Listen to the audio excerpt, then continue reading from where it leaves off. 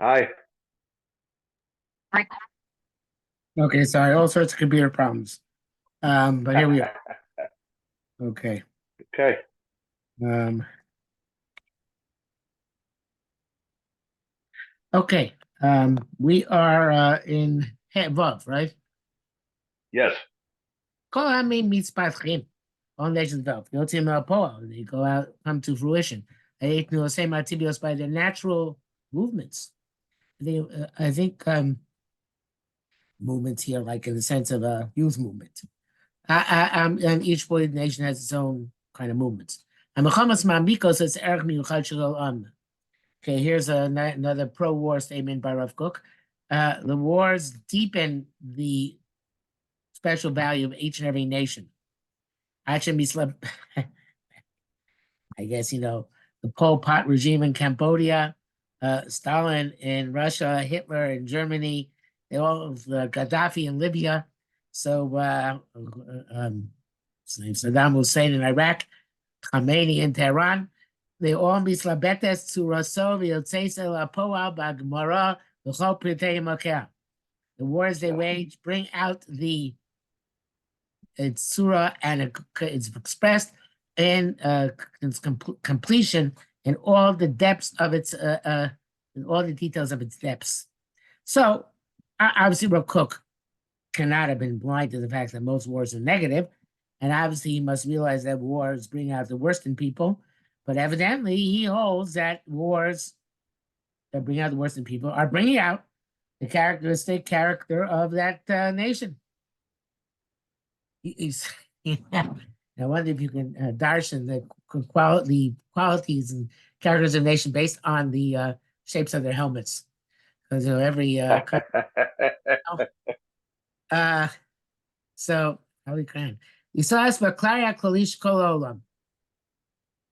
Okay, so this is there's 70 nations. Am Yisrael includes the its reflection or a lens or a mirror, depending on the translate, as Baklaria of the nation in general. In other words, all aspects of all nations are supposed to come to fruition in a positive way, not in a negative way to come to fruition in their own host nations, but in a positive way in Am Yisrael.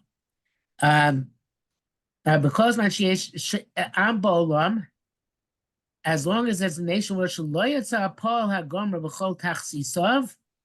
if there's any nation which has not come to a manifestation of its complete destiny, let's call it, in all its strategies, there is a corresponding darkness in the sponge, better word than that, suffused, Absor- yeah. I was going suffused to say light. absorption. Absorbs good, also good. Knesset Yisrael. הקיים בכל הזמן שהמלכויות מסגרת זו בזו יוצאים לפועל צורים מיוחדים להשלמוסם של העמים. So therefore, well, since war enhances the characteristics of those nations, in a way which brings about the Hashlama of those nations,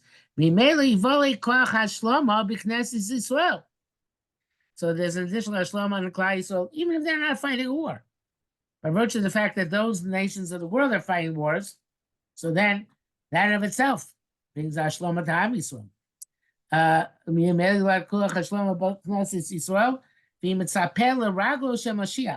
And since it's an additional tikkun which has come to the world, we know wars can be a harbinger of Mashiach. Who shall come and appear speedily in our time. Okay, Is so it possible? Is it yeah, possible to say that when he says Milchamah, he doesn't mean like you know warfare, but he means conflict. In other words, conflict could be a lot of things.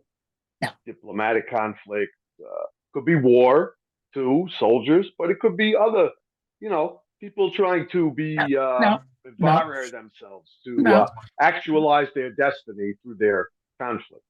no, no. No. It's a nice try, very diplomatic try at trying to yeah. reconcile with our ideas of what he should be saying.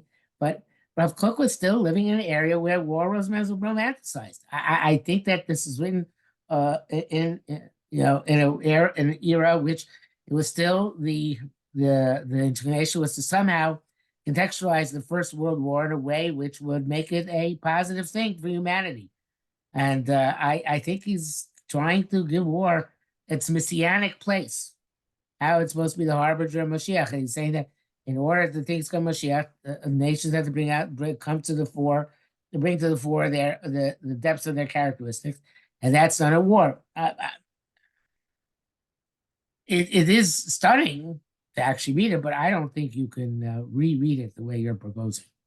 Okay. Okay. Very good. So, yes. Sorry. Okay. Zion. Mizkala b'knesset so tzivaz. So in Amisol, there's revealed its essential color, which I don't know what it is. Let's say it's tailless, hypothetically. But the kokos go and become developed. So the Rav Kook is, I think, being disparaging of our chachma in Golus, although obviously he also recognizes that Amitzvah has developed intense chachma over the years. But there's a chachma which was coming, which comes with the development of its unique klechus. Gvura vayosha b'atara panimis. Gvura and all these things are things which develop over time. And Rav Kook was generally not a scientific proponent, but a philosophical proponent of evolution. In other words, regular biological evolution doesn't really play a role in Rav Kook, positive, negative, but he liked the idea of evolution in terms of things developing over time. And this idea of evolving is quite apparent here, right? Even the nation is built up. Mistakenasi the gulasa gets fixed towards its geula. Ulas olamim, an eternal geula. Parachasi b'yefasti farta, it blossoms forth in the I think Yifas here is supposed to be a synonym for beauty of its harmony. Mitoch amon galei atzos rima love, out of all, and perhaps because of all, the travails which pass over it. We call going from all nations, we call futos from all the diasporas. Okay, so it's interesting. I'm gonna retract what I said before and redo it. I'm gonna say that the chachma is gathered in Golus. In other words, he says the shaval chachma. It doesn't mean that the chachma which is lost in Golus returns, but rather the chachma returns to Am Yisrael in Golus, because each Golus teaches Am Yisrael a different aspect of chachma. And Reb Tzadok also has something similar, and I think lots of other Kabbalistic sources, that each Golus has its own limud, its own derech, its own mahalach, which then gets absorbed and enhanced by the Am Yisrael. So as he says, Rav brings great wealth of daya, of intellect, uma'of habata, and casting a long perspective, lemerchakim, to a distance. It takes the Torah aspects of what's outside of itself and adds it onto its own unique acquisitions. Kinas am misgaberes, akars atzmusa misgadeles. It's interesting. The jealousy of the nation, in other words, our jealousy of wisdom in other places, becomes stronger. And also, but as a result, kind of paradoxically, but does not irrationally, our recognition of the greatness of ourselves is enhanced as well. In other words, if you have a Jewish Nobel Prize winner in economics, so somehow that also enhances Am Yisrael's intrinsic greatness. Yudas Kvarshi Yesh Orot. And all this actually is inextricably linked, Rav Kook's mind here, with the Avos Eretz Yisrael. And because we know we have a nation, a land. Yesh Safa, we have a language.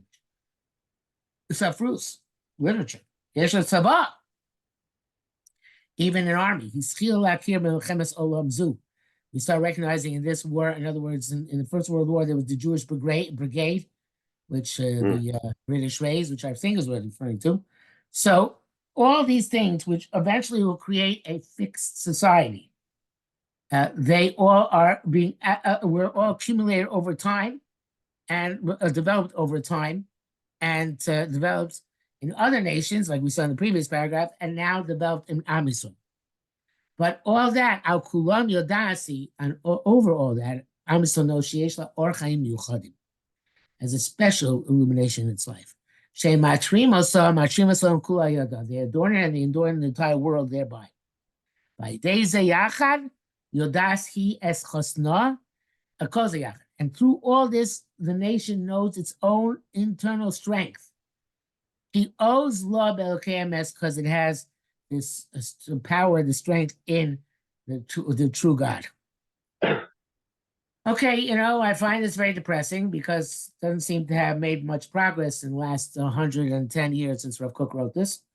But I think it's interesting that I think it's interesting that he seems to find some value in sort of like secular development.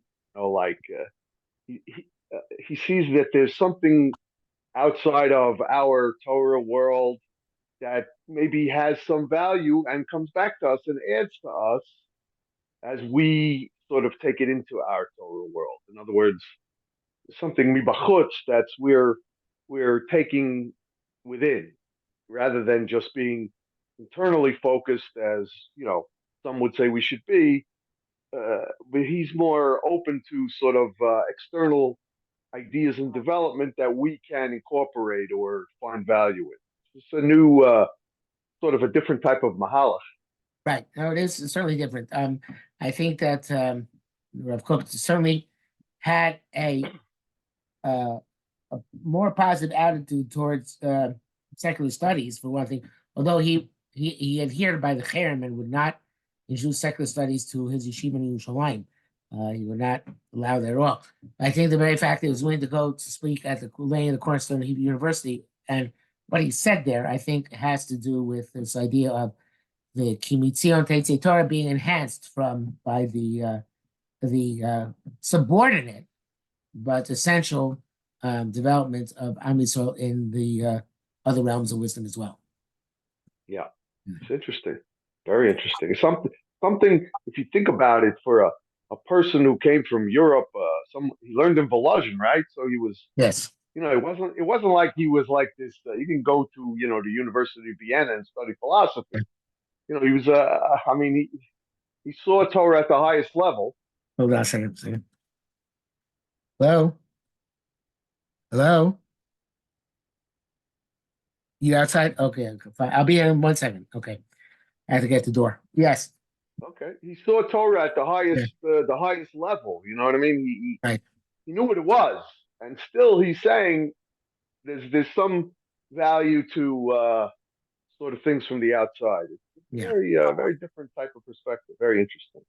Okay, next the chet is long, so leave it for next time. We have to get the door. Okay. Very good. Very good. Yes. Okay, take care. Have a good night. Thank you very much. You too. Take care.